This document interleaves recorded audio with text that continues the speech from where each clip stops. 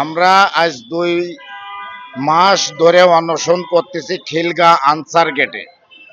সেখানে আমরা অবস্থানকৃত এখনো লোক আছে, আমরা কিছু লোক আসছে অনশনের জন্য। এই বিষয়টা হচ্ছে 1994 সালে চাকরিচ্যুত আনসারদেরকে চাকরি যাওয়ার পরে বিভিন্নভাবে হয়রানি করা হয়েছে। এখন বলছে যে কোর্টের রায় নিয়ে আসেন।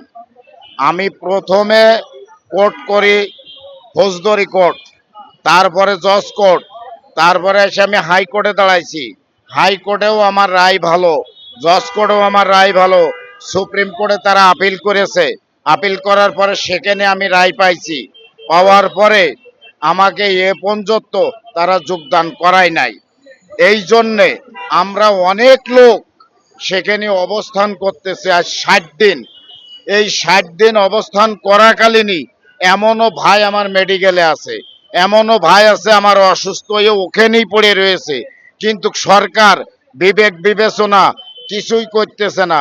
তাহলে কোর্টের রায় আনতে বলছে, কোর্টের রায় আমার চলে গেছে, তারপরে সরকার কোনো বিবেক বিবেচনা নিচ্ছে না। এখন এই মানুষ একেবারে অনাহারে। এখন আমি বলতে চাই, এ দেশে কি কোনো মানবতা নাই, কোনো বিচার নাই, কোনো আইন নাই? এ দেশটা কি একেবারে হাওয়ার পরে চলতেছে? এখন তো আমি চিন্তা করতেছি বর্তমান সরকার হাওয়ার পরে চলতেছে। মানুষের দুঃখ দুর্দশা, মরে যাওয়া বা বেঁচে থাকা বা অবস্থান করা কিছুই দেখতেছে না। এখন আমি চাই, আমার লোক গেছে গেছে কোর্টের ভিতরে, মন্ত্রণালয়, সচিবালয় থেকে যদি আমার একটা সুস্থ মতন একটা আমাকে দেয়, তাহলে আমি সন্তুষ্ট হব। কেননা যে আমি মরা লাশ বয়ে নিয়েও আমি বাড়ি গেছি, তারপরেও আমি আনসারের বিচার পাইনি। কেন আমি আনসারের বিচার পাইনি? তারা আমারে দেখাইছে আপনারা কোর্টের রায় তো ক্লিয়ার হয় নাই। আমি ক্লিয়ার করে নিয়ে আসছি। নিয়ে আসার পরে আজ আমার 60 দিন অবস্থান করতে হচ্ছে রাজপথে। এই রাজপথের অবস্থান করা অবস্থায় যদি এমনও লোক আছে যে তার বাড়ি আর ফিরে যাওয়ার মতন নাই।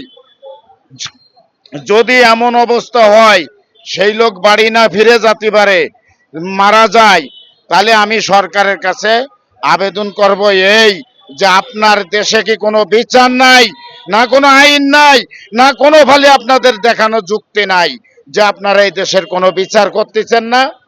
তাই আমি, আমার লোক গেছে কোর্টে, আমার কোর্টের আলোকে সচিবালয় থেকে সচিব সাহেব কি বলে আমি সেই আলোর অপেক্ষায় আছি।